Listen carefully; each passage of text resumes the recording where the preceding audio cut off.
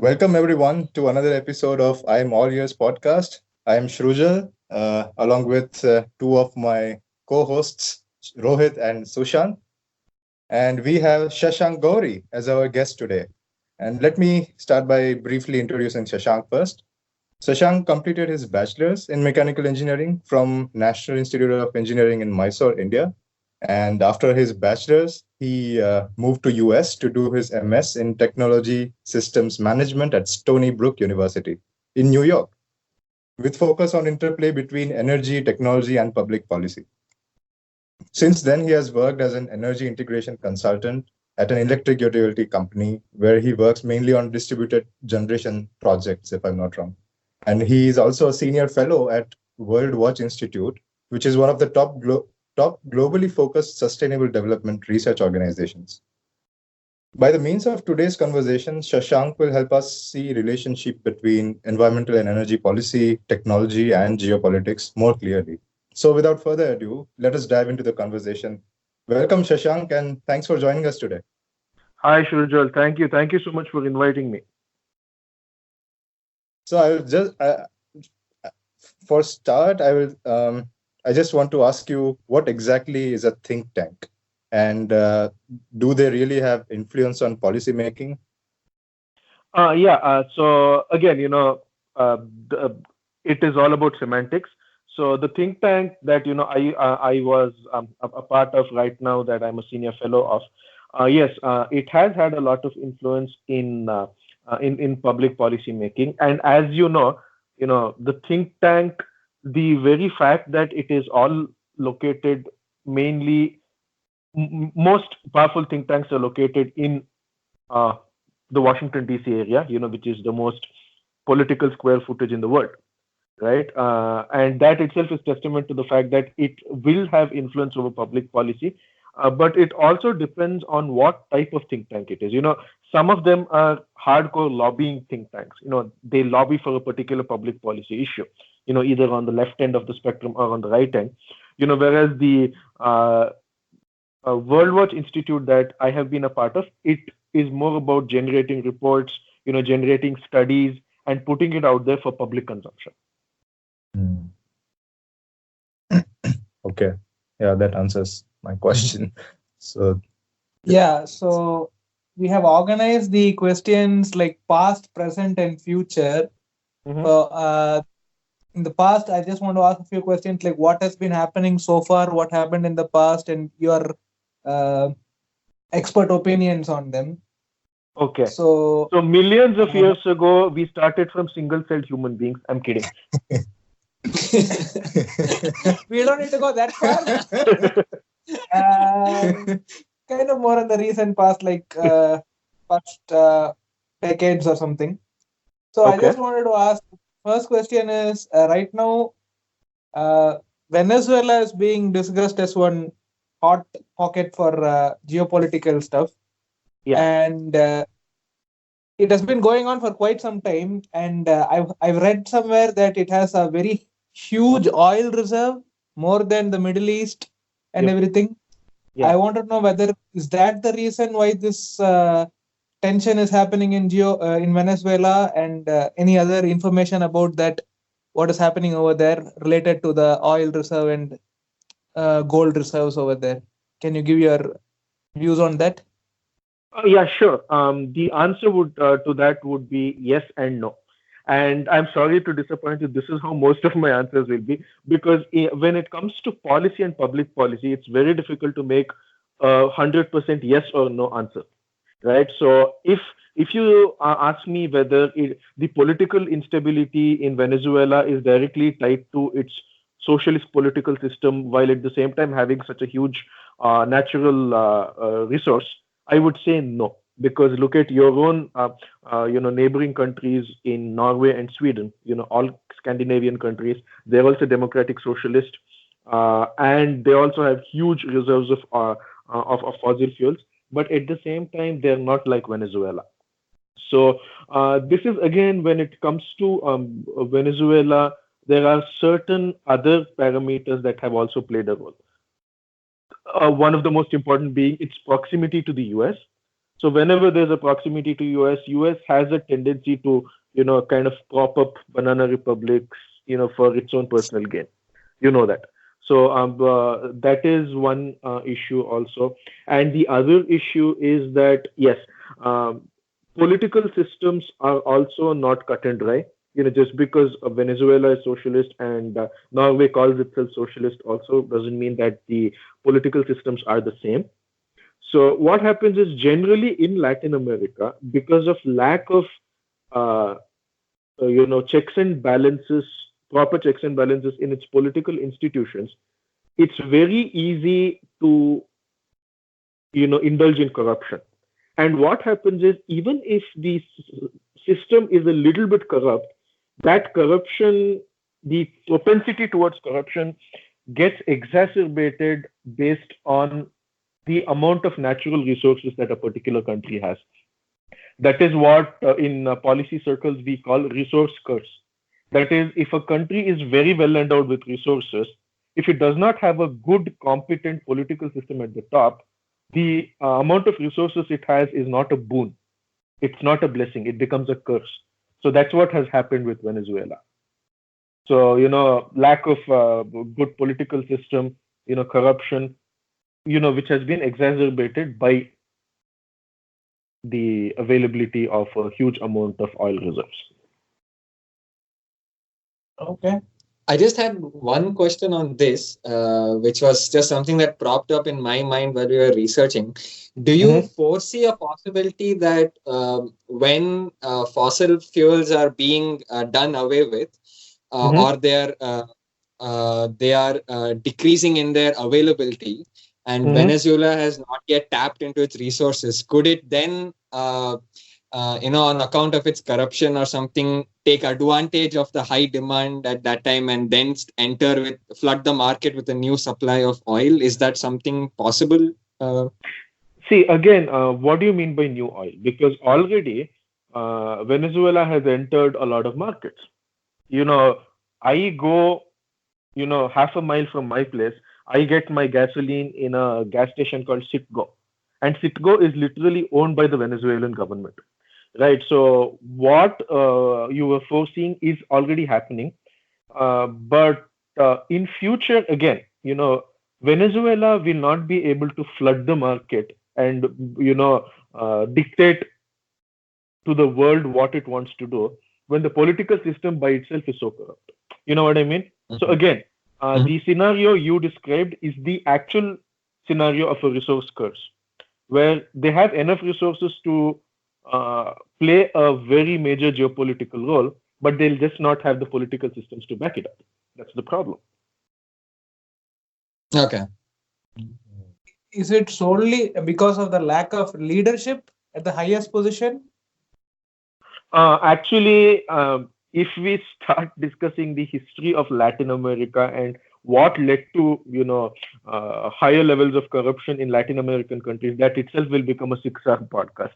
So TLDR, Cora, right? They say TLDR.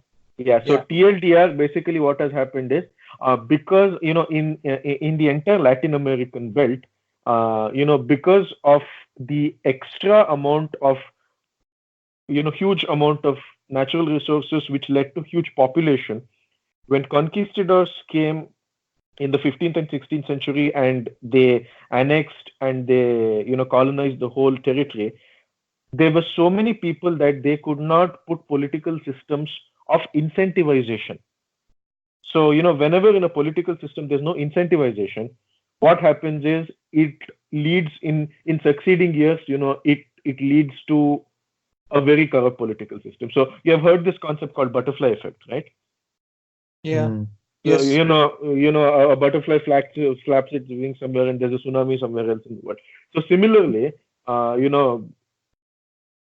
during the 15th and 16th centuries, this is actually encapsulated in a very good book called Why Nations Fail.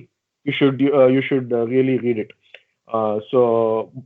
It's written by two top-notch economists, American and British economists.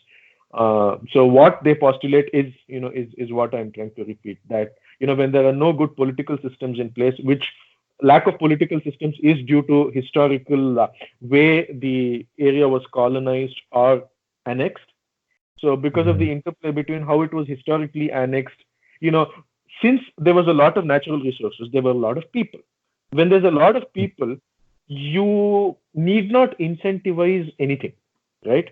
Because you can literally say, hey, if not you, I'm going to get someone else. If not someone else, I'm going to kill both of you and get the third person. So that's what happened in the entire Latin American region over the last centuries. And that small difference in political system diverges rapidly over centuries, right? So that has what that is what has happened. So yes, it is corruption, it is lack of political systems, which leads to a lot of instability. Okay.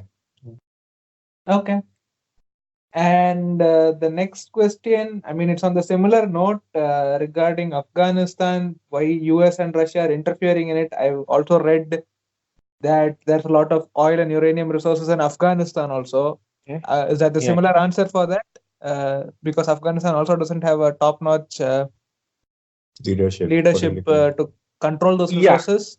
So Afghanistan, even though Afghanistan is not technically Middle East, Afghanistan and that entire peninsula, again, it's political systems. But in the case of Afghanistan, I would also like to say that it's a lot of tribes with lack of centralization.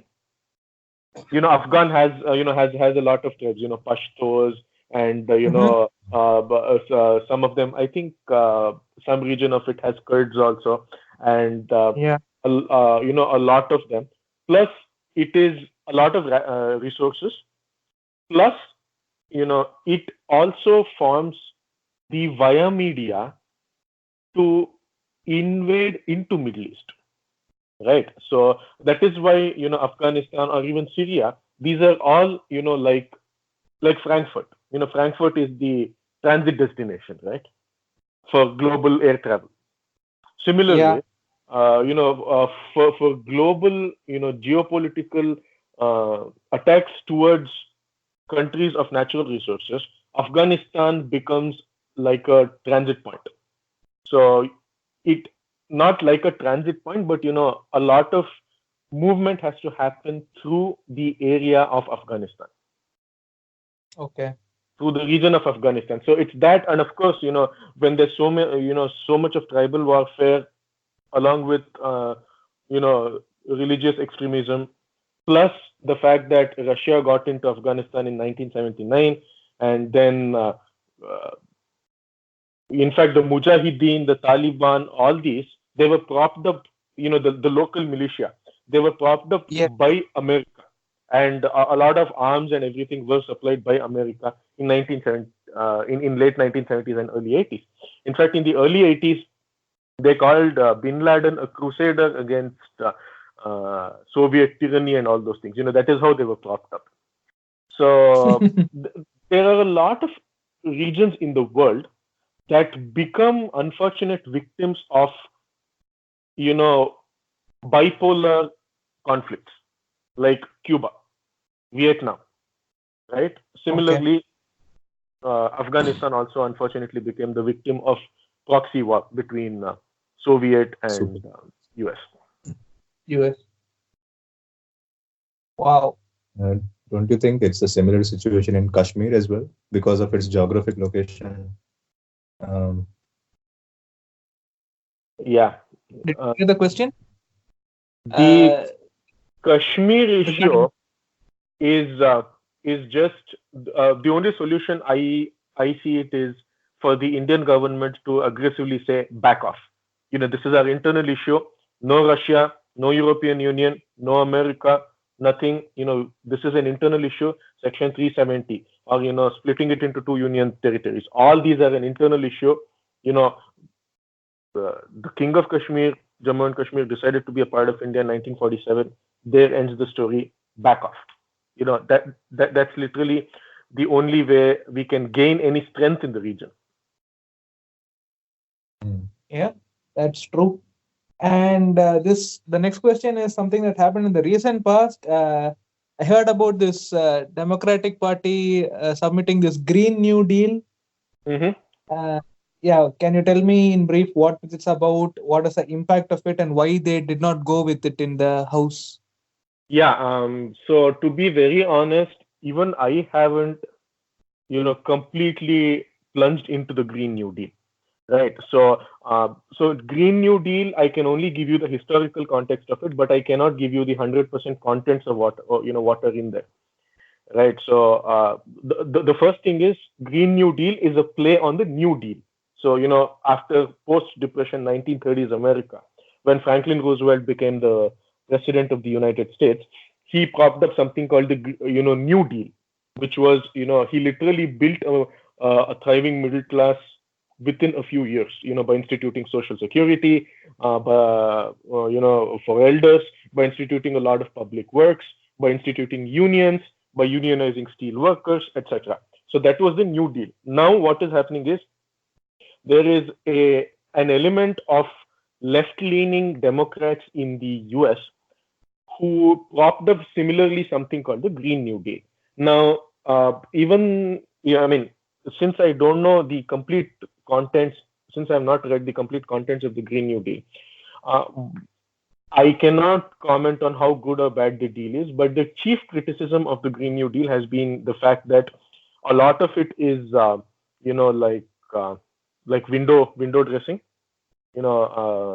It does not lead to real time solutions to the actual climate change crisis, and there are elements of alarmism in it, which alarmism never augurs well with policy. Whenever someone stands and says the world is going to end in 12 years, no one is going to take you seriously. You're going to sound like a Yeah. crazy guy on the streets. Okay. Right. So that plus there's also no this I know for a fact. There's also no mention of nuclear energy, and I am a firm believer, obviously backed up by science, that uh, a low carbon future would not be possible to be envisioned without the presence of nuclear power. All over the world. So because of all these criticisms, plus there has been talk of controlling and curtailing resource use, which never goes well, you know, in the American economy. See, because American economy became the world's largest economy through self-consumption. You know, whatever manufacturing industry or service industry there is all over the world, it always caters to only one country, that's America. Right now, Europe, but mostly it's America, right? Most manufacturing in China, Apple phones, and come to Apple phones or come to Walmart in US. Most service sector call centers and BPOs in India, and even parts of Philippines, Vietnam. All of these are for Silicon Valley and Seattle-based companies, and most of the clothing industries in Bangladesh, again in Vietnam, in some parts of India also, they come and cater to the consumption capability of Americans. Right? So America is a very consumer-driven economy. So coming up with any policies, which kind of tries to curtail the use of resources is immediately likely to get shot down, whether by Democrats or Republicans, especially by Republicans in the US. So what happened was when the Green New Deal was proposed, the midterm election still hadn't happened. So Republicans controlled both the House and the Senate. So even though the Democrats flipped the House, right? In the midterm elections in 2018, Democrats flipped the House. So that means they control the House now. But again, Yeah. What is called the gang, like Alexandria Ocasio-Cortez, Omar Yeah. Ilhan, and all these people. So The it squad. is a very left-leaning, progressive wing of the Democratic Party that is suggesting policies like the Green New Deal, whereas even the centrist Democrats themselves, they're not a huge fan of the Green New Deal. So keeping that in mind and keeping the fact that after it passes the House, it should go to the Senate, and the Senate would never pass it because Republicans control it. And even if they were miraculously pass the Senate, it would go to the president's desk and the president would veto it. Right? So it was the classic dead on arrival policy. Okay. Okay. Well, that was really detailed and answered a lot of my questions. And I'm handing the stage to Rojal now. Yeah, so Sushant talked about the past, right? Mhm. So now I would like to ask something about the present scenario. And you talked about So Sushant is the past, you're the present, and Rohit is the future. Okay. Rohit is the future, man. Yeah. Sushant, I'm sorry. No, Sushant, I'm we sorry. have mixed points. You're old news. We have mixed Old points. news. Yeah, It yeah. just happened Sushant had the More past related more questions. Okay. All right. So we talked about US consumerism, right? You said that I wanted to ask, like the company in which you are working, is it a private utility company or a public one? It's a private utility company. So a private utility company wants, more consumers to use more energy because in the end they want more profits, right? Absolutely. And they have price breaks which encourages more consumption of energy. Absolutely. Now, this contradicts the idea of energy conservation. So, if as a government, as a policymaker, like how do they intervene here? How do they incentivize the general populace to save energy, or do they have any measures to incentivize the energy saving?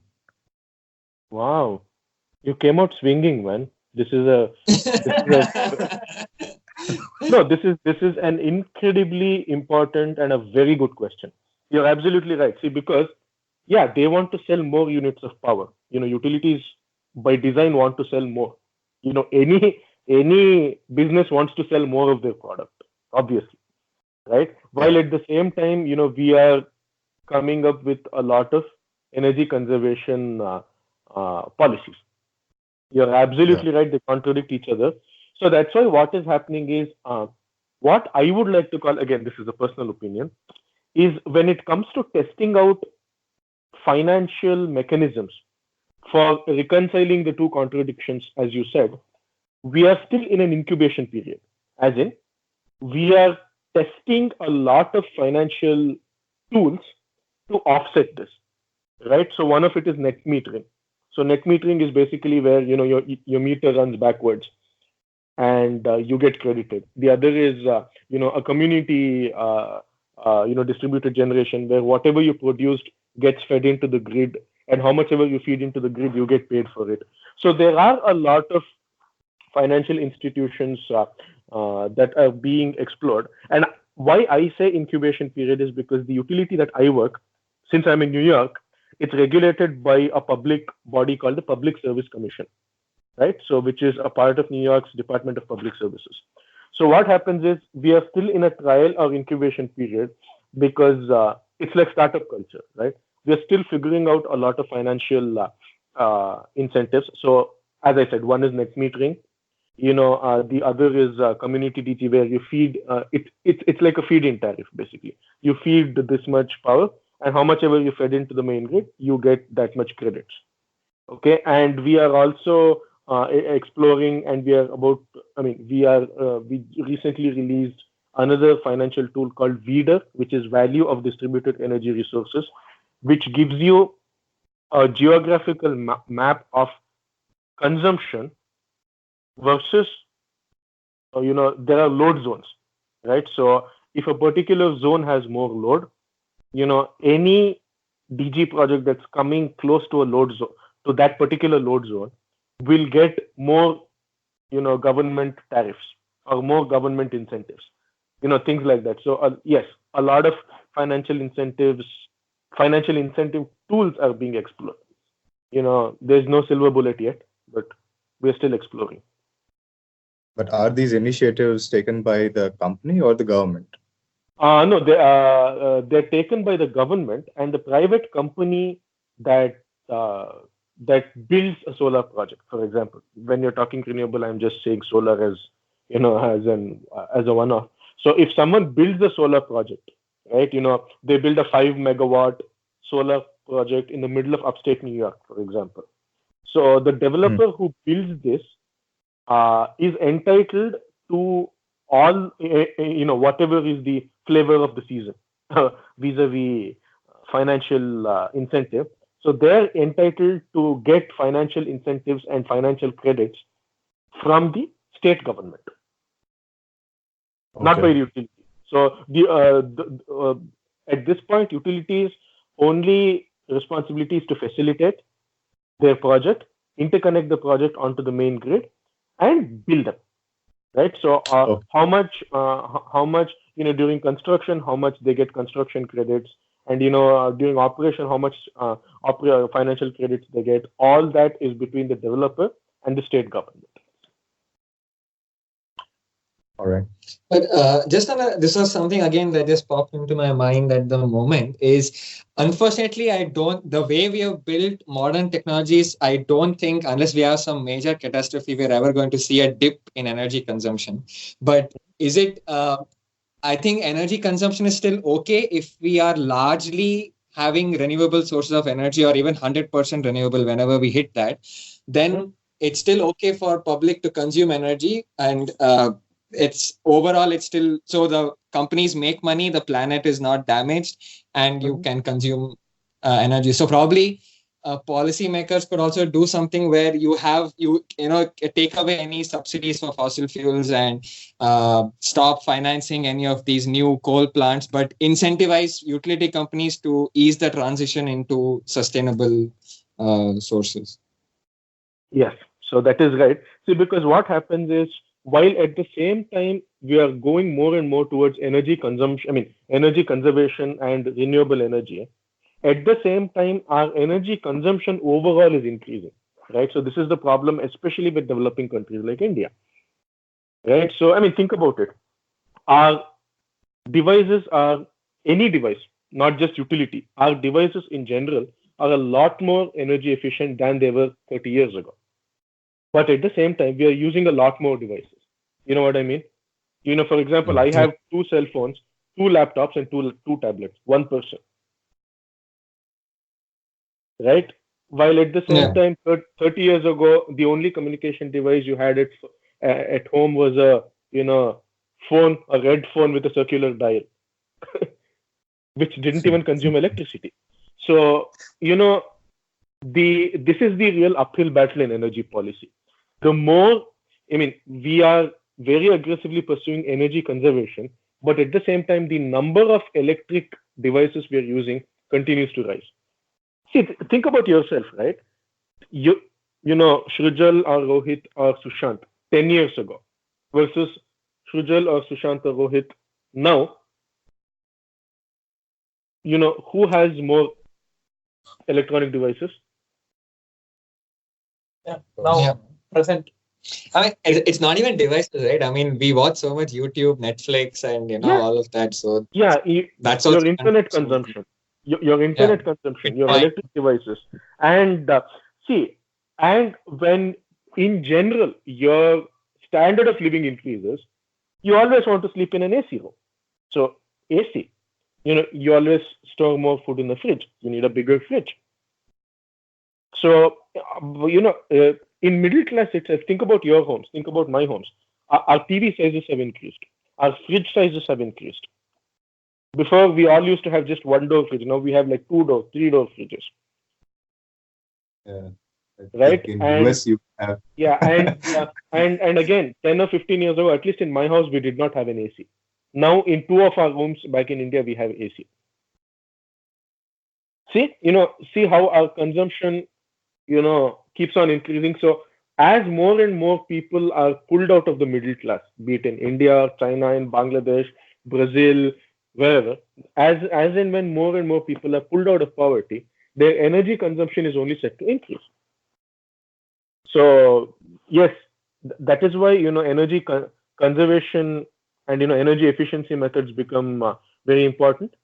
But at the same time, we should also unfortunately keep in mind the fact that the amount of electricity we are consuming in terms of the number of electric and electronic devices we are using also has gone up. Okay. I mean, we only worry about this because it has environmental consequences, right? Once we have renewable sources, then it won't be a problem anymore. Hopefully. Yeah, well, again, so and actually, if there was a video, I could have shown. So when you talk about energy efficiency or renewable or whatever, so basically we are trying to minimize TCO2 is what we call. That is tons of CO2 of emission. So we are trying to curtail emissions, right? So higher the emissions, higher the pollution. So to curtail emissions, you have to so emissions is a product of three things. One is energy intensity, the other is population, and the third one is per capita income or per capita GDP. Right now, if you multiply the all these 3 points, you'll ultimately get ton of CO2. So the population of the world, at least of developing countries, will continue to rise over the next few decades, right? And the per capita income will also continue to rise, right? Right now India's per capita income is about $2,500 or $2,700, depending on which financial agency is doing the study. So that will increase to $5,000, $10,000, $20,000 over the next few decades. So population will increase, per capita income will increase. So the only thing that has to reduce to almost a zero level is energy intensity. That is, how much energy you're using per dollar of GDP that you're producing, right? So to bring that down, the only way to do it is to literally make that zero. You should literally make energy intensity zero. So that's why billions and billions of dollars are actually being spent in all kinds of technology that will aid in innovation, which would bring the total energy intensity to zero or almost zero. Until that happens, our global emissions will continue to rise, as it should. Right? Okay. We actually have a couple of questions on this developing nations, but we'll come to that later. My next question for you is just overall, if you sit back and look at all countries, which country do you think is doing really good with their energy policy, and is there any unique features about that country's policy that you like, or as a think tank you really appreciate that they're setting an example? Well, I am not a think tank. I'm a part of a think tank, a very small part. Yeah. Yes. Yeah. So again, it's difficult to pinpoint singular countries which are doing very well. Now, as someone who has adopted Germany as your homeland, if you want me to say Germany as the answer, I'm sorry, you're in for a disappointment. No, we were absolutely not expecting it. I know. I'm just kidding. It's difficult to pinpoint countries, right? So, and when you talk about countries, we generally look at larger countries, either in terms of population or in terms of global pull or in terms of GDP or, in terms of sheer geopolitical progress, right? So if you want me to pinpoint to one country like that, which is actually doing a very smart job in curtailing its emissions and in building renewable energy as an important part of its energy mix, I would say it's China. Oh, okay. Was it Yeah. Yeah. So what happened with China is, and this is exactly what is my problem with India's renewable energy policies. So basically what China did was, in the 70s, right? So 1976, Mao Zedong died, by which time already China was on its course to become a superpower. But then 1978, Deng Xiaoping became the premier, And between 1978 and 1992, it grew leaps and bounds. It grew at an average 12 to 14 to 18% per annum. Of course, you can question it because China has a tendency to fudge its numbers. But China grew very rapidly. That is a globally agreed upon phenomenon. So what they did was they adopted this policy of pollute first, clean up later.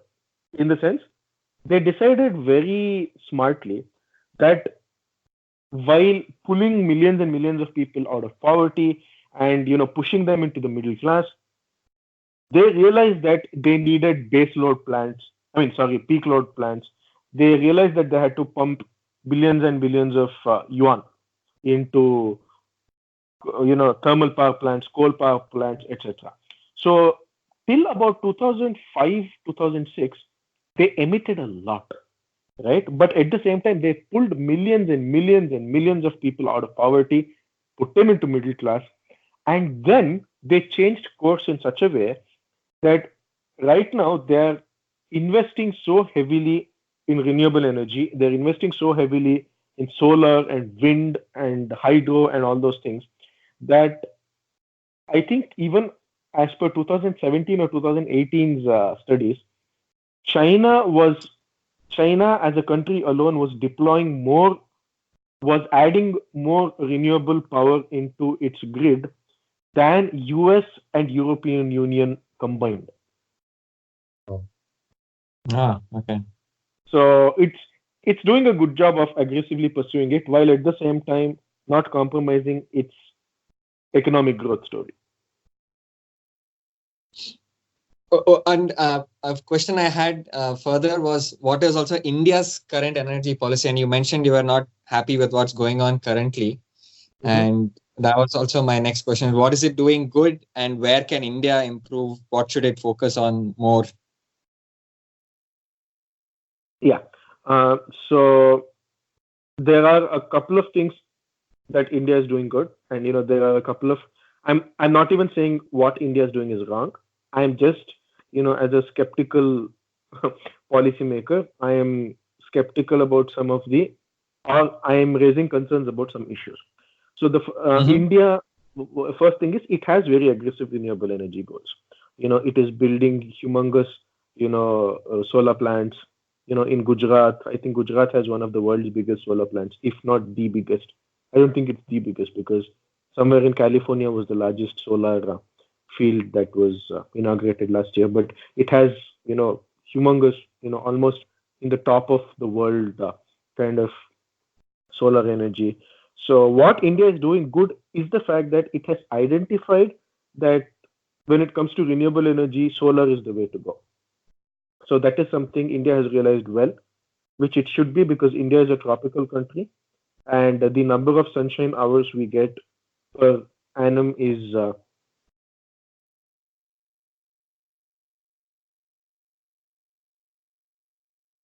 India's renewable energy goals are aggressive. And the other thing that I'm happy about is the Prime Minister makes a very good business case for renewable energy, right? So that is the best way to get the world, to get the businessmen, to get the who's who of the world to concentrate and focus on a particular new technology is not to make a moral argument, saying that, the world is ending, the seas are rising and all those things. Always make an economic argument and say why it makes good business sense to invest in renewable energy and why it makes good business sense to invest in renewable energy in a developing country like India. So that is something that our Prime Minister has done exceedingly well, to be honest with you.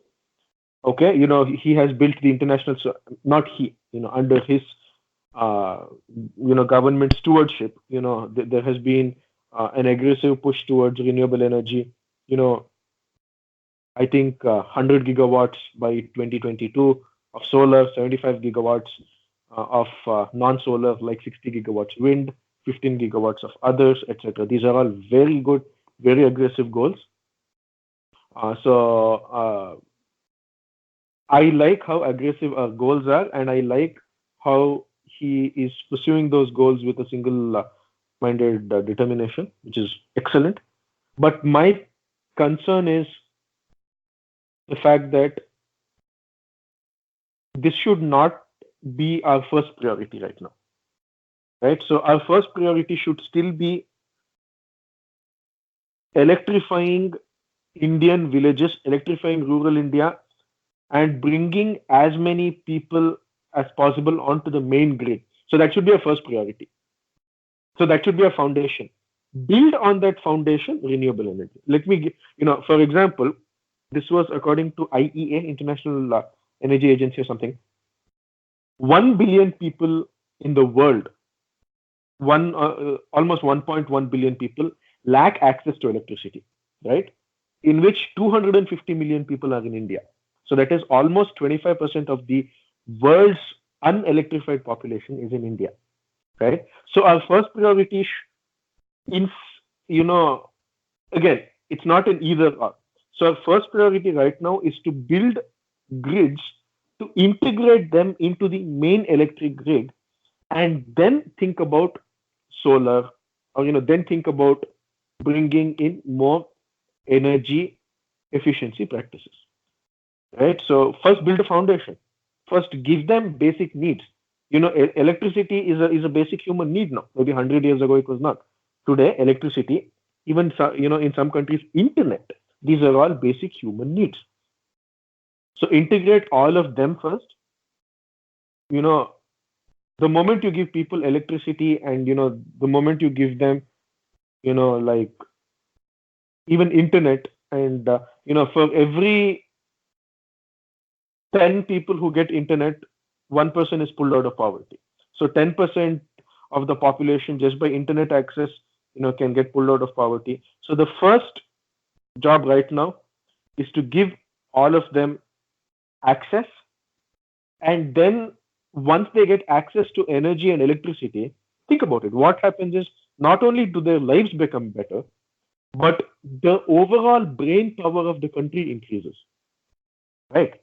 They'll have better access to education, better access to information, better access to global standards, better access to knowledge.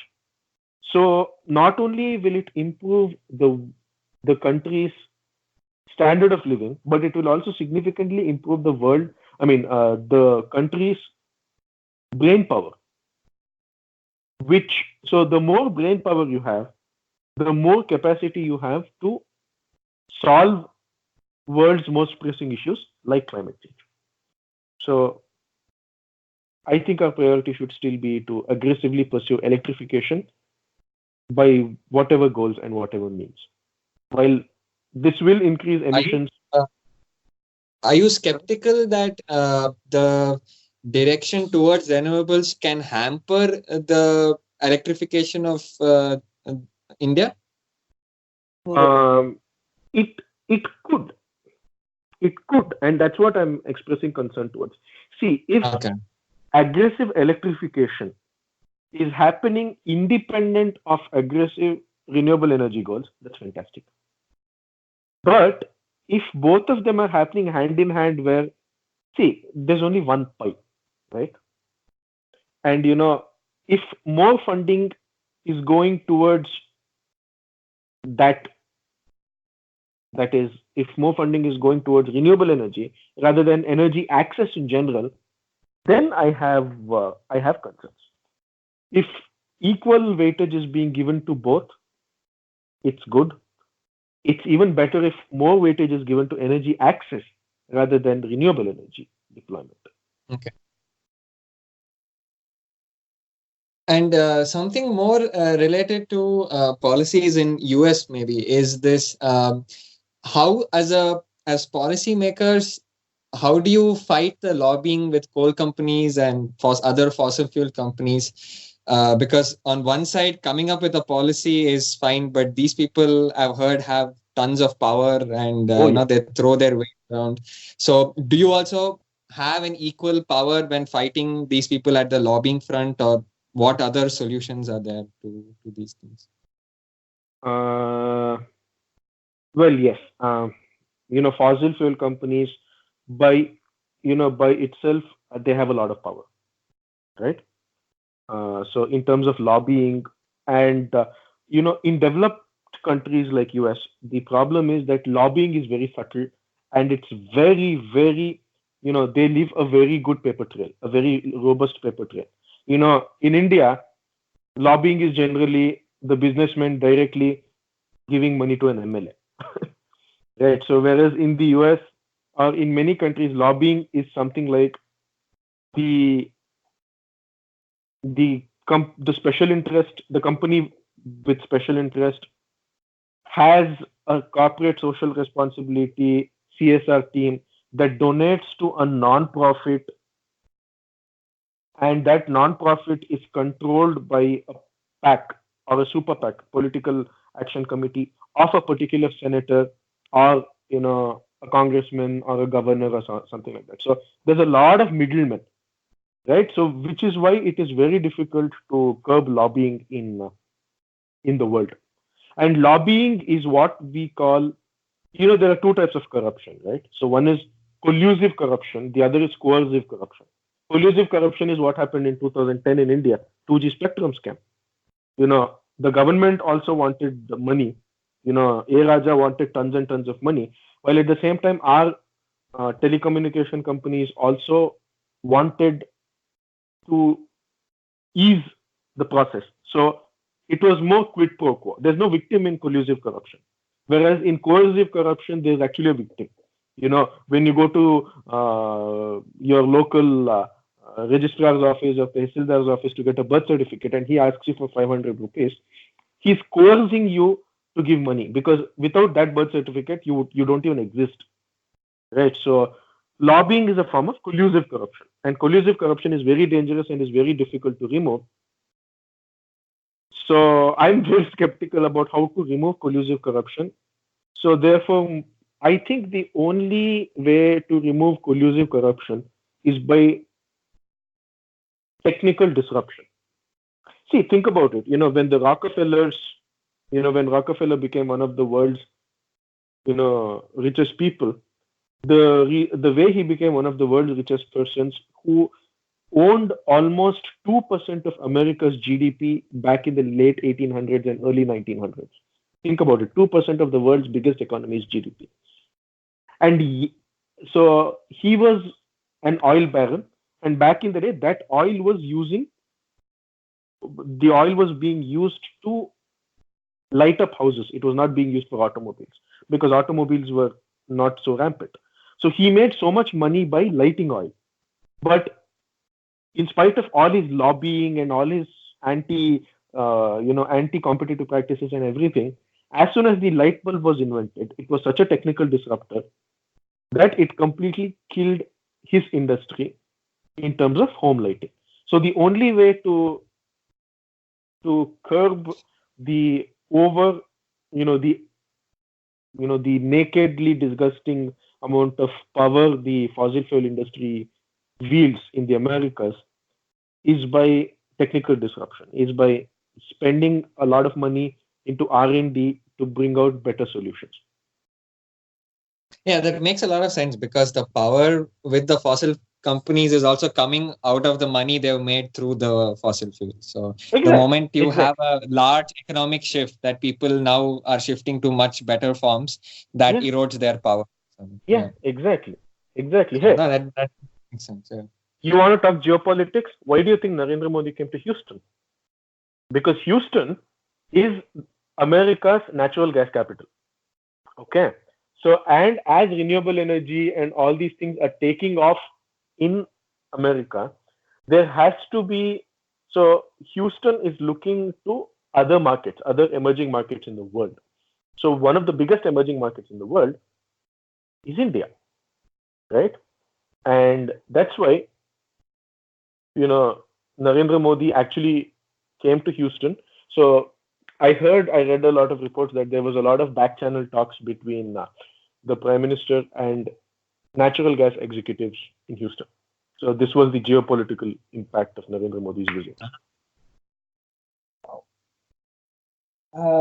My next question is, you already answered this, that you are pro-nuclear. Mm-hmm. So my question is, why do you see nuclear as more reliable and realistic than renewable? I would not say more reliable and realistic. I would say it also should be considered as an important part of the energy mix. See, because nuclear is actually a lot safer than people make it seem, right? So one of the most unfortunate byproducts of propaganda in the 21st century is this anti-nuclear movement, right? So nuclear is a very reliable baseload source of power. It requires very little amounts of uranium or any other, radioactive material to run. It can be uranium, it can be thorium also. And also, it emits very little amount of carbon, right? So nuclear, I'm not saying it's better, but right now, see, you're all mechanical engineers, right? Yes. Yeah. Okay. So remember was it in material science and metallurgy or something? We had, studied this graph of life cycle. Remember, product life cycle, PLC. Yeah. So, there are 4 stages. One is deployment, and the other is rapid growth, and then it plateaus, and then the product starts to be used less. So, Yes. in the new, so that's how new technologies are. So, for example, solar is still a new technology. And, even though the efficiency of solar PV is increasing, it's not increasing at a level that we wanted it to. Right? So what happens is, if a country like India, puts all its eggs in one basket and invests a lot in, renewable energy like wind and solar and all these things, but at the same time, if the efficiency levels of all these, and if the reliability issues don't get fixed, like better batteries, better storage solutions, all these, then India is stuck with very unreliable, very inefficient means of electricity generation. So we should also consider aggressively bringing nuclear into our mix, because nuclear is a pretty tested technology. It's not in the new phase of the product life cycle. It has been there, for quite some time.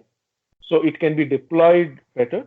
And therefore, we need to build a lot more nuclear reactors with the latest state-of-the-art technology, with the latest state-of-the-art safety measures. No one is questioning that. But nuclear is definitely a good option.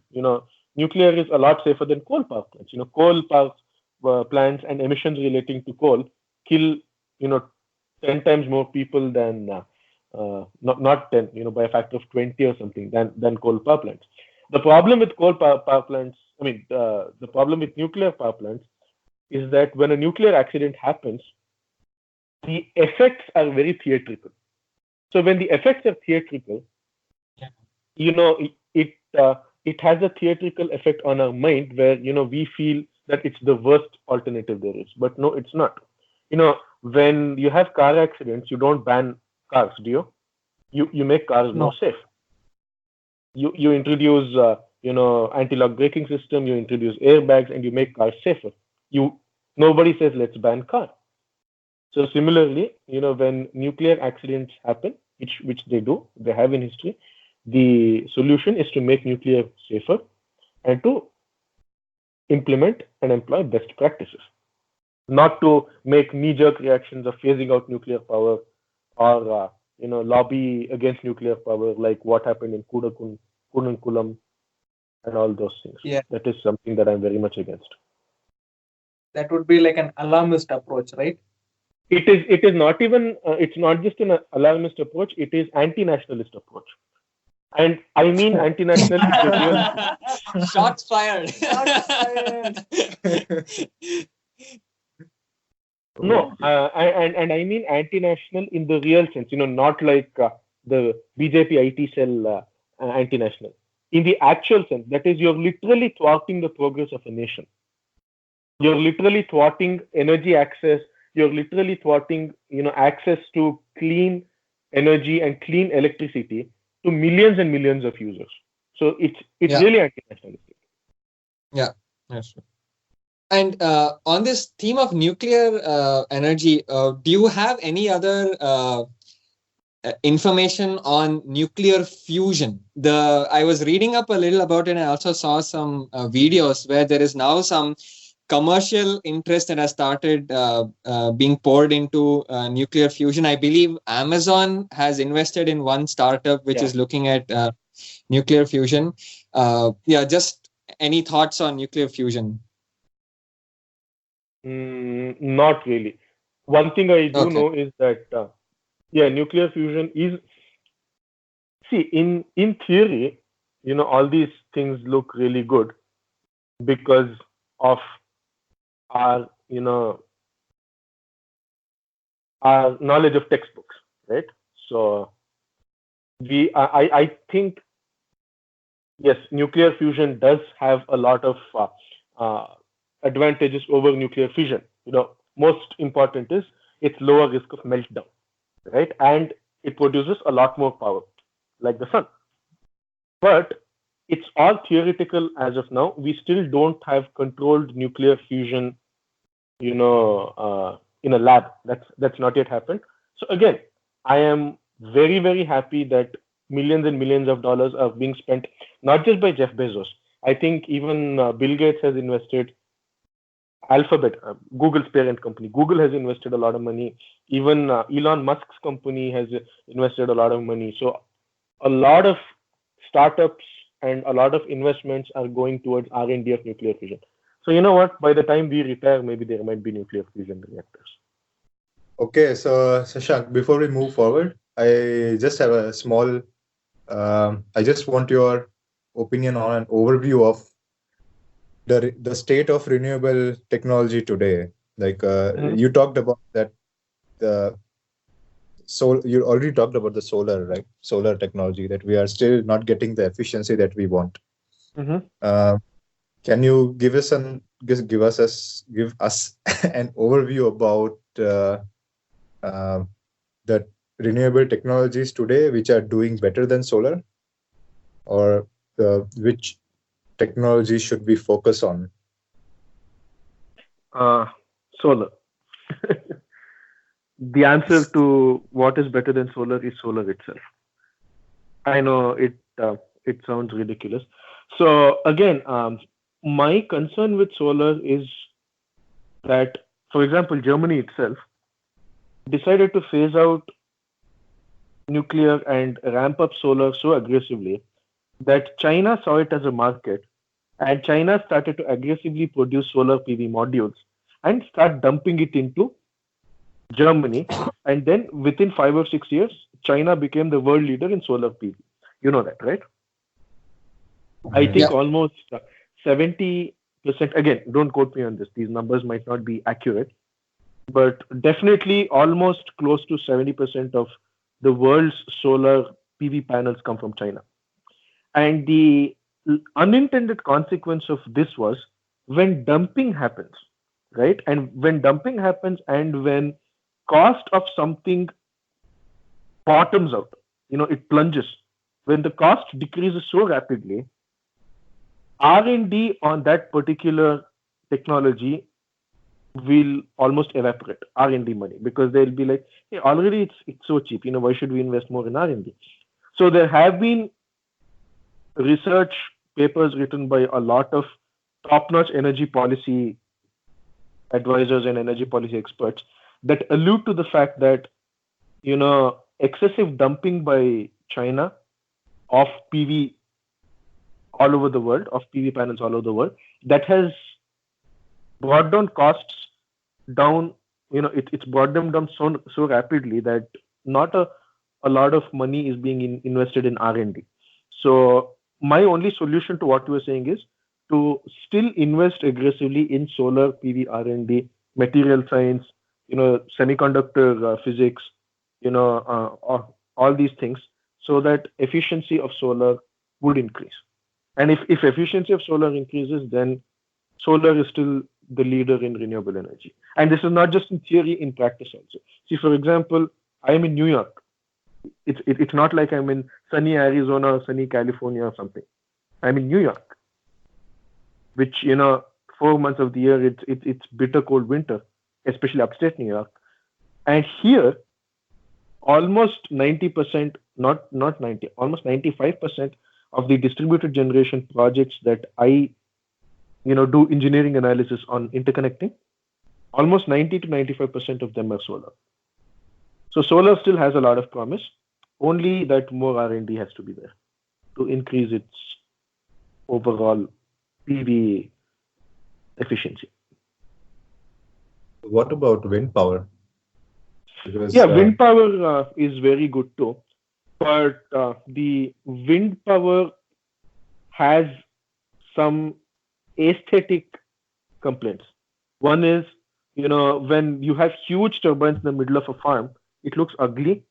Plus, wind, when the turbines keep rotating, the wind turbines are so big, that, they block out light, then they come back light. So it's like the farm becomes a discotheque.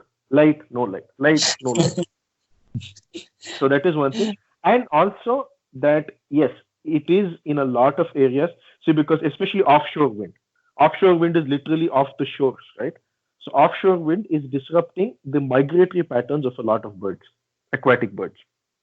So the migratory pattern is something that is passed on, it's a piece of information that's passed on genetically, right? And, birds are not like, oh, there's a wind turbine ahead of us, let me take the Autobahn on the right and let me take left and go straight. It won't be like that. It'll plunge headfirst into wind turbines, and it is creating a lot of disturbances in ecological balance also. So these are potential concerns. But otherwise, after, solar, wind is also a viable option. Then you have ocean thermal, and, you have a lot of hydro also. All these are very good options. But right now, in terms of renewable, solar is definitely, in terms of sheer potential available. So in terms of scalability, I think solar is the most scalable one among all these. Okay. Yeah. In terms of scalability, especially the other advantage/disadvantage, depending on how you look at it, is a lot of developing countries with lack of energy access. A lot of them are in the tropical area. India, Pakistan, Bangladesh, Vietnam, Burma, Brazil, Sub-Saharan Africa. All of these have huge potential for solar, because all of them are close to the equator. They're in the, tropical region, right? So that is the other advantage. Yeah, so I am moving on to another branch of the questioning. So my next question would be, I'm sure you would have heard about the interlinking of rivers in India. Yep. And I want to know what your views are on that.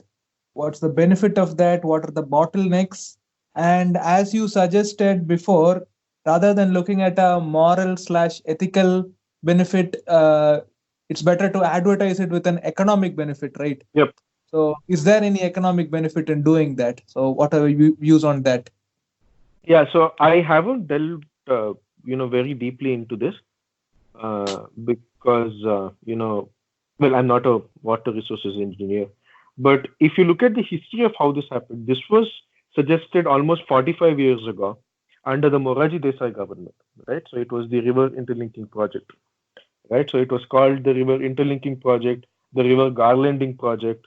I think the first time this idea was ever mooted was it Morarji Desai or Lal Bahadur Shastri's time? I don't know. In any way, it's a really old idea, right?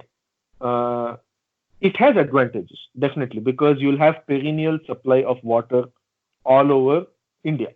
So, you won't have ultra dry regions, and you'll not have the over dependence on groundwater, underground water resources, which is laced with arsenic, etc. It is very advantageous, but the challenges to it, more than ideological or economic or whatever, the challenges are a political one, because you know what happens between my state, Karnataka, and Tamil Nadu when it comes to Kaveri. Yes. Right. So for one river, if it happens, now you have the project of interlinking so many rivers with each other, which leads to, see, India, it has a very unique competition among states. As soon as Mamata Banerjee said that she would not allow Nano to come into West Bengal, Narendra Modi said, come to Sanand. See, there's that unique competition between states, right? Which is very advantageous for India. But in this case, I see it as a disadvantage because you'll have states competing with each other to not make this happen because they'll have to share their resources with other states.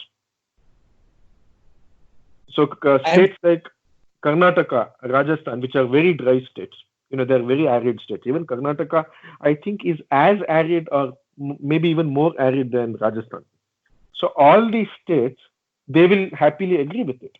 But what about, states where there's a lot, Punjab?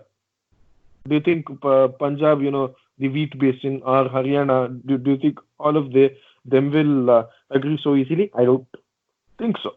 So this is also, the problem will be a political one, but it would be a good idea, if it does go into effect. Yeah, I'm from Chennai, by the way. Okay. I don't care whether you're from Chennai or not. Kaveri still belongs to us. You're raising very good points. But that's not disagreeing with you. But I never imagined Karnataka to be an arid region. Are you talking about the northern Karnataka portions? Northern Karnataka also, and even in southern Karnataka, Mandya and all, it's very difficult.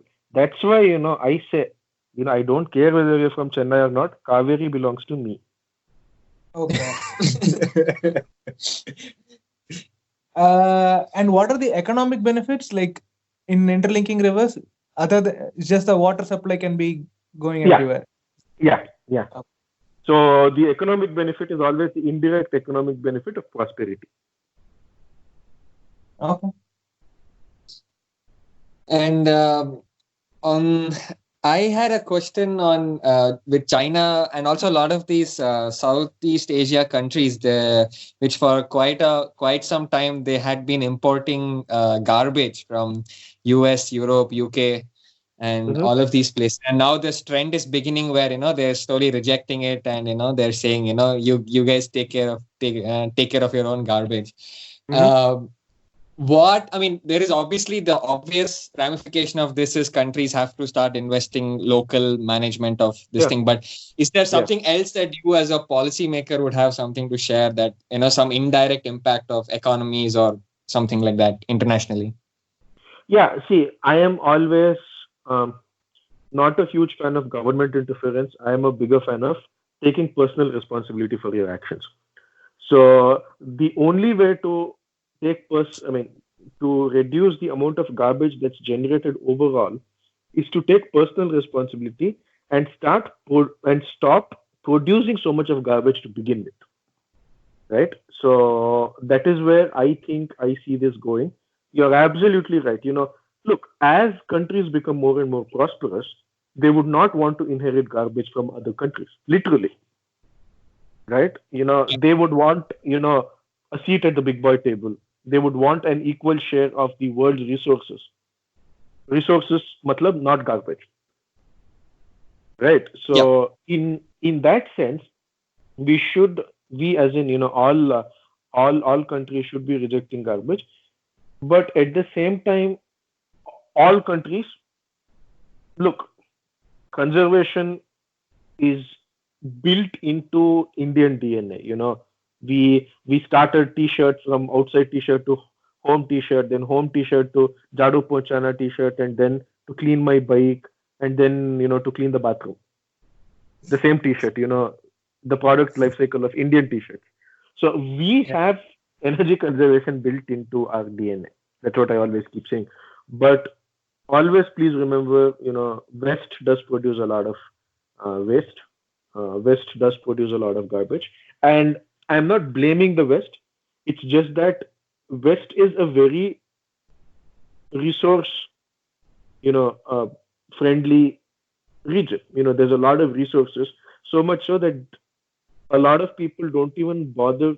I'm not even saying this in a bad way. A lot of people don't even think about the ecological impact of so much garbage that's being created. So I think the best way to do it is take personal responsibility and start nipping it in the bud.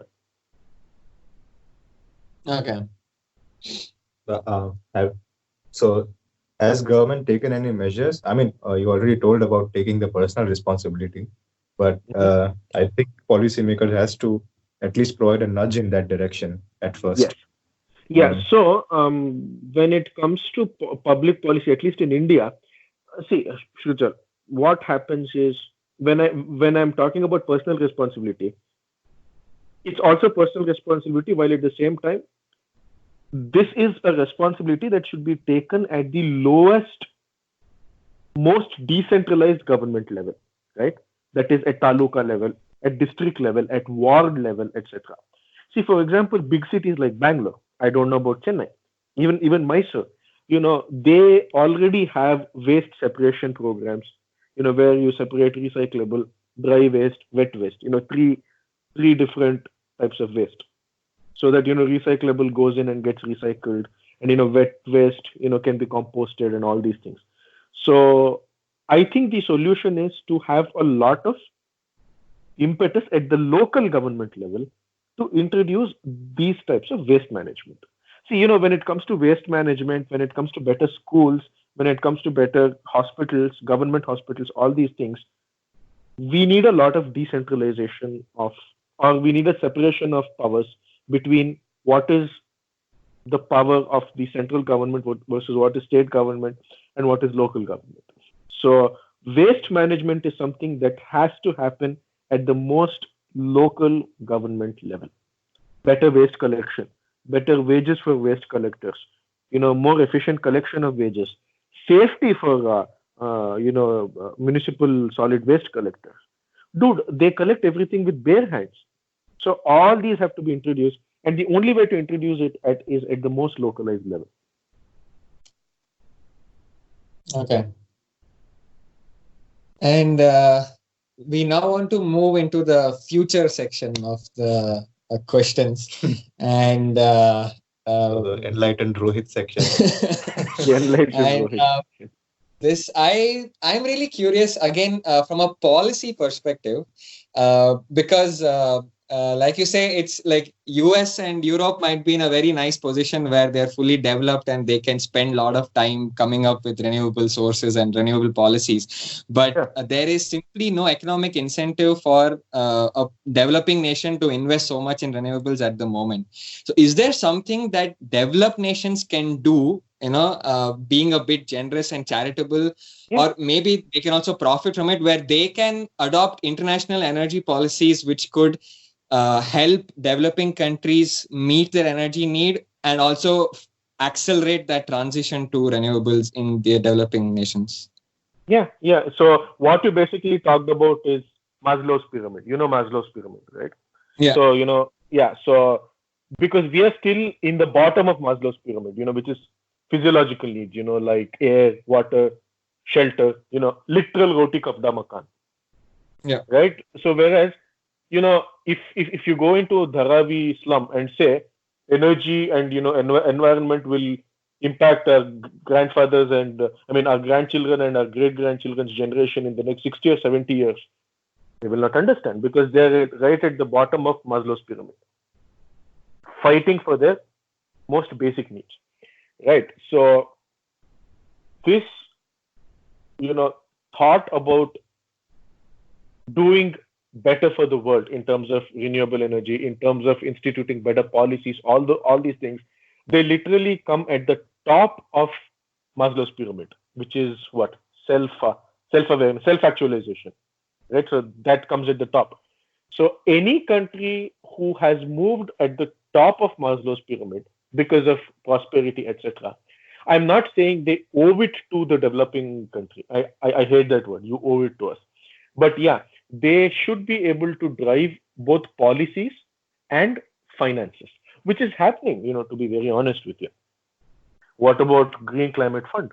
What about a UN Energy Fund or UN Development Program? Or what about Global Environment Facility? Or what about IEA? What about IRENA? Or what about it's called C40. That is 40 major cities in the world. like Barcelona, New York, Chicago, etc., etc., etc. All such organizations do exist. So there is a lot of funding coming from international sources into developing countries.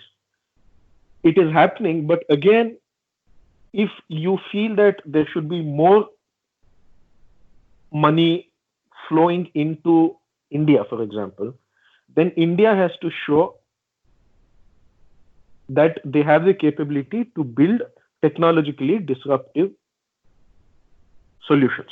Right. See, we say in in non-profits, right? For example, dharam ke liye koi nahi deta. No one says, oh my God, Rohit, he's such a such an interesting guy, with so much of passion and promise. Let me give him $1 million. That's not how it happens. Be it Bill Gates Foundation or Ford Foundation or Rockefeller Foundation or whatever, they'll only give you money if you convince them 100% that for every dollar that they invest, you're giving them, more than $1 of return on investment, not in actual money investment, but in terms of investment of saved cost, right? So because of that, we have to ramp up our R&D so much that the world, especially Western countries and even Western foundations, feel that this country has enough technical prowess and this country has adequate brain power to actually think of solutions. So when that happens, I see in future a lot more money flowing into developing countries like India to fund renewable energy solutions. Okay. And also something that I was thinking about is that there is a lot of this resource sharing that is happening. Like for instance, Elon Musk has this plan where you can buy a Tesla, and whenever the self-driving regulations are passed, when you're not using your Tesla, you can put it onto the Tesla fleet to function as a taxi, and you get to earn money from your Tesla. Do you also feel something like that could happen with energy, where we would shift more into a distributed energy trading, where almost individuals can contribute and make money through energy generation, and it would maybe eventually shift to like a small percentage of base load coming from all these centralized power plants, but rest of it is managed very well through algorithms and all of that at a local level. Yeah. So yes, you're absolutely right. Excellent question. So I'll answer this in two parts. Number one, whatever you explained is exactly what we do, right? In my company. Or what is distributed generation? So that's what I'm a part of, right? I'm a part of the DG team. Now, if you think about it, utility or electric utility is one industry that whose mode of operation or whose business practice hasn't changed literally since the time of Edison. There used to be one centralized power plant which used to generate power, and then there used to be huge transmission lines that transmitted power, and then you used to have distribution lines where transmission lines used to go into substation, and substation steps down the voltage, and the step down voltage goes into distribution lines, and distribution lines supply power to either residences or industries or whatever. So it was a very centralized structure. So what you're talking about is a much more decentralized structure. That is exactly what's happening with DG. Distributed generation, instead of having one gigawatt hydro plant somewhere, you would instead have 200 small scale 5 megawatts solar plants all over the place. So that is exactly what is distributed generation. It is the opposite of centralized generation. Now you're right. The second part of the question is using algorithms, right? Yes. So that is another part of energy research where millions of dollars are being spent.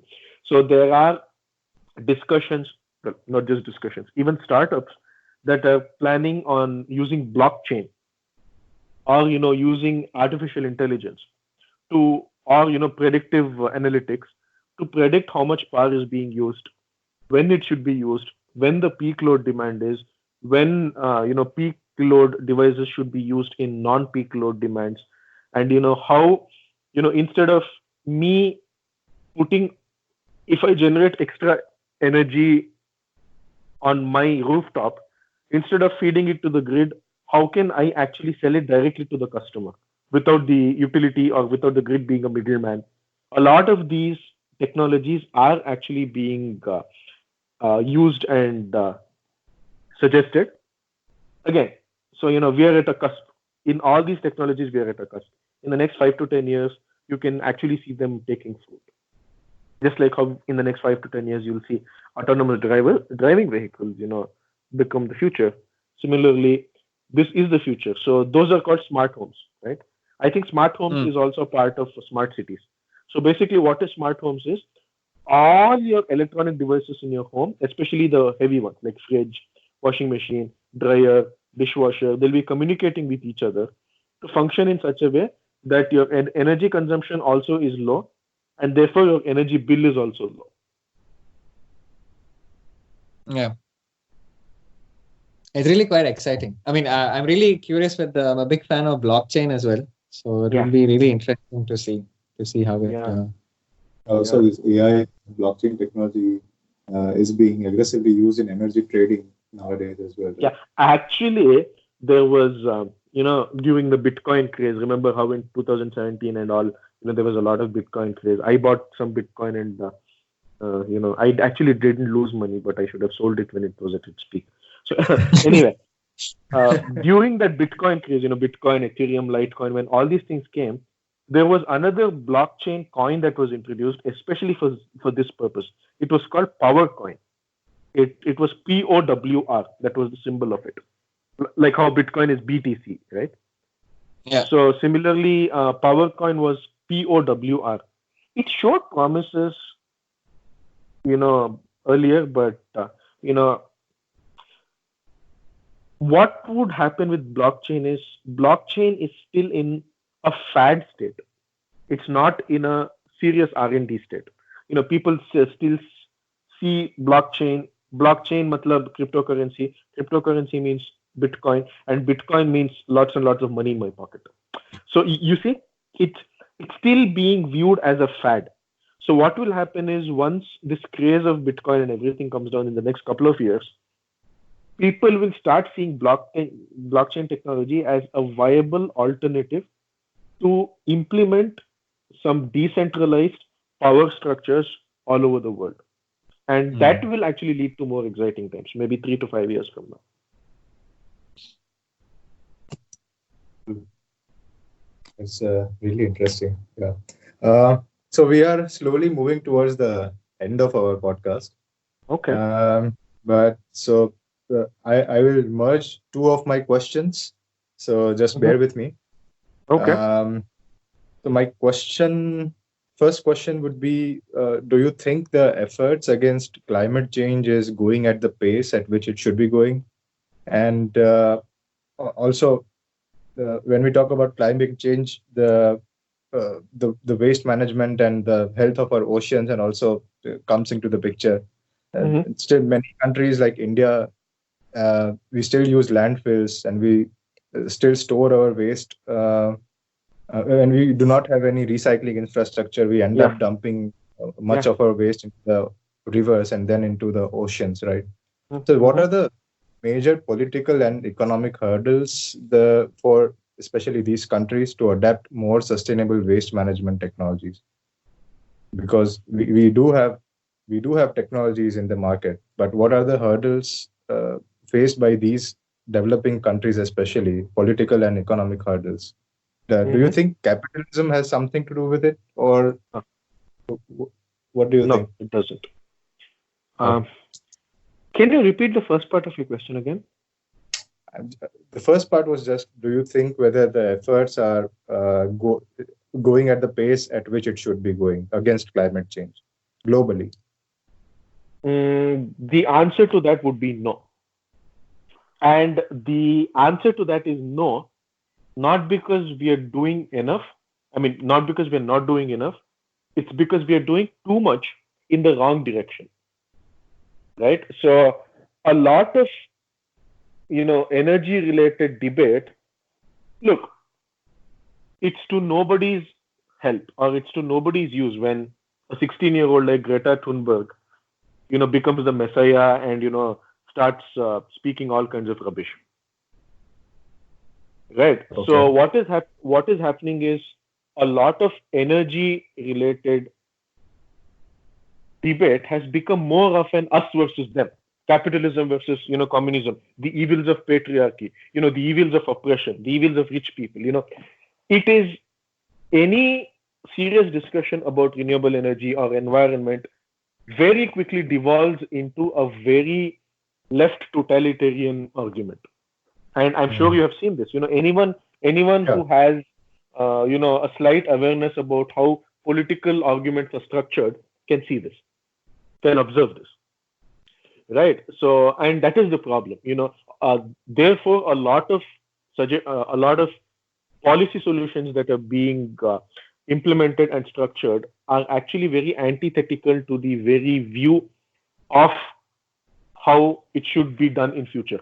For example, there's a very good book by name The Skeptical Environmentalist, written by a Danish economist by name Bjorn Lombard.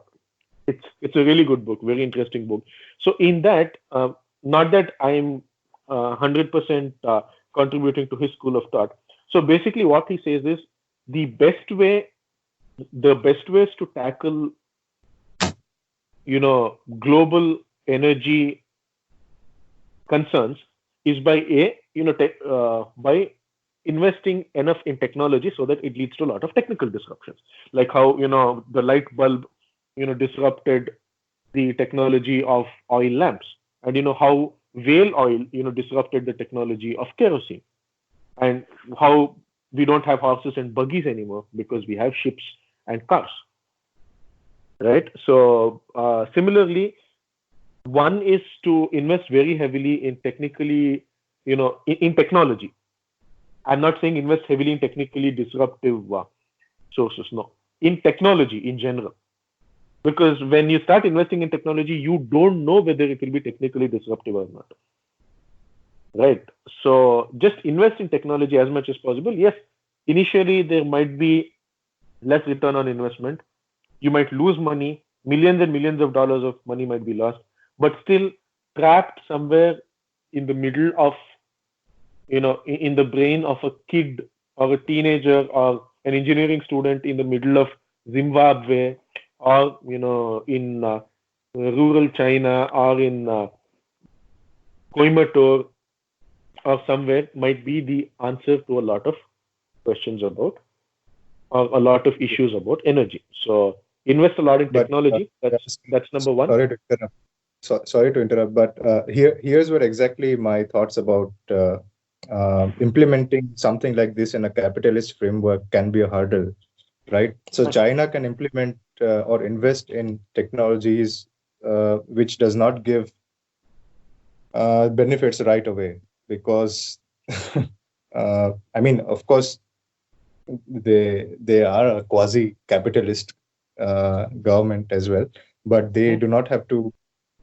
I think they can make long-term goals as opposed to other countries.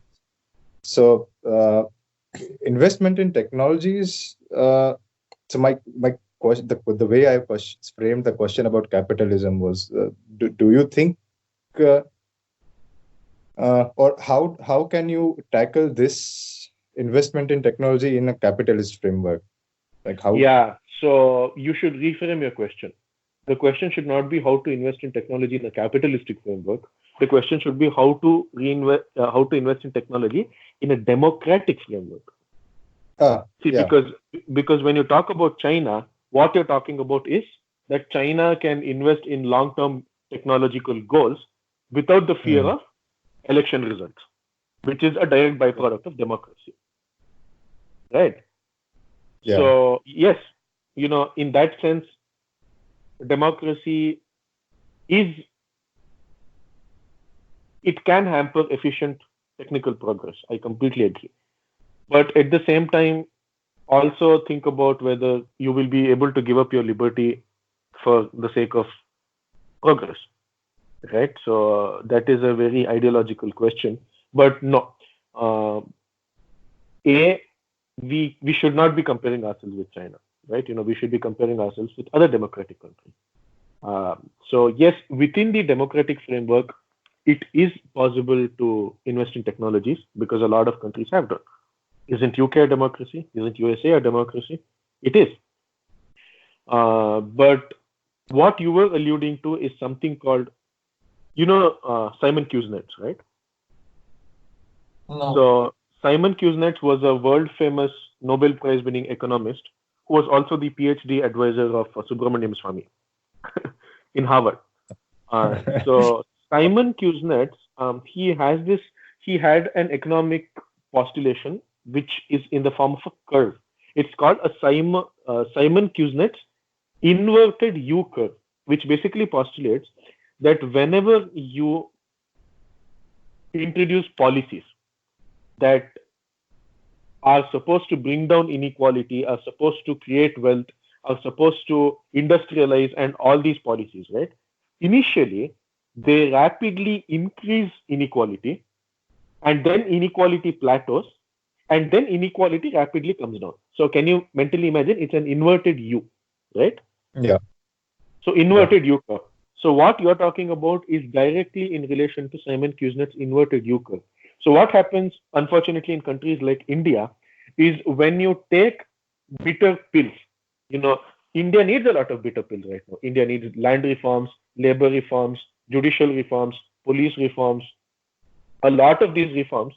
But what happens is all these reforms that are aimed at industrialization or technical advancement of a society would lead to a significant increase in inequality over the short term, would lead to significant unemployment or significant, I would say, restructuring of the economy for some particular period of time, which our politicians don't have the guts to do because in that short period of time they lose elections. So you'll have instead of having such more bitter pills, you'll have increasingly populistic governments and increasingly populistic policies, which is very wrong. But at the same time, see, for example, currently in India, if you want to talk about India, this current BJP government under Narendra Modi is so powerful that I don't see them going out of power till 2029. Okay. I literally don't. Okay, so this is literally a golden opportunity to bring in the bitter pills and feed people some bitter news and make them look over the longer term. Okay, there will be a lot of noise, a lot of negativity, propounded by a lot of these left-leaning quasi-communistic news channels in India. But now, see, that is why I say Narendra Modi not just is a once-in-a-generation leader in terms of his capability, but also in terms of the potential he has, or potential his government has to institute wide-ranging institutional changes in India right now is as good as ever. So in an Indian context, I would say start taking the bitter pills right now and start instituting them in an aggressive manner. Yeah, so maybe in 2024 you might slightly lose a seat share, but it looks highly unlikely that they will lose power anyway. So they can look at the long term, and slowly the fruits of their effort will start to take effect sometime in the late 2020s, 10-year, 15-year horizon. It's possible. See, we have Niti Aayog now. We don't have the typical Soviet-style 5-year plans. So we can easily institute technical changes or institutional changes in our technical institutions, in our academic institutions, in our R&D, or in our defense investment, etc., that will greatly impact and lead to a lot of cascading effects and a lot of cascading benefits 10 years down the line, 15 years down the line. We have perfect capability to do it independent of electoral math. We can do it. It requires a very capable leader, and I think Narendra Modi is a very capable leader. So let's see what happens. Cool. Awesome. Yeah. So to end the podcast, I would like to ask you what is the most what are you most pessimistic about, and what are you most optimistic about in our future, uh, globally and also for India? Uh, India, I'm very optimistic about our young population because it presents a lot of opportunities to create large-scale employment, to build infrastructure, to build to build hospitals, schools, roads, bridges, railway stations, etc. So we have a large-scale youth population. I'm very optimistic about that. I'm pessimistic about the government's capability in making use of this youth population. In the sense, if the government does not play its hand well now in trying to create large-scale employment programs for all these, 65% of the youth that belongs to the ages 18 to 35, then the demographic dividend would become a demographic disaster. That is something I'm not pessimistic about, but that is something I'm very worried about, very concerned about. Okay. And globally? Globally, I'm actually concerned about negative population growth in a lot of developing countries. I mean, in a lot of developed countries, Germany, Japan, a lot of these countries have negative population, which is not good. Population always should go upwards. So that is something that I'm concerned about. But I'm very optimistic about how a lot of solutions to the world's problems are being brought about by disruptive technologies. So I am very optimistic and very interested to see the role technology would play in our future betterment of lives, be it in healthcare or fintech, financial technology, or in terms of data, artificial intelligence. It presents huge challenges in terms of privacy, in terms of loss of jobs, etc. It does provide huge challenges, but how we can aggressively use technology to solve a lot of our problems is something I'm very interested to see in future. Perfect. So thank you, Shashank, for bearing with us. Hey, no problem. Thank you for taking your time. Hey, no problem, man. And my parting shot to you, Shrujal, Sushant, and Rohit. Very proactive of you to create a podcast. A lot of people think about doing that, but not a lot of people actually go through with it and create new podcasts and bring in new ideas to the table. So in that sense, you're doers, which is awesome. Thank you. Congratulations on a podcast. Yeah, it was an absolute pleasure speaking, and definitely learned a lot from this conversation. Yeah. So hey, thank you so much. I thank you for giving me an opportunity to air my views. So it's I have to thank you instead of you thanking me. All right, and to our listeners, we thank you for listening. Please like, comment, share, subscribe, the usual thing. And please stalk Shashank on LinkedIn. Yeah, he will stalk you back. Okay, sure. Stalk me on LinkedIn, Facebook, Twitter, wherever. And with that, we will say goodbye and until next time.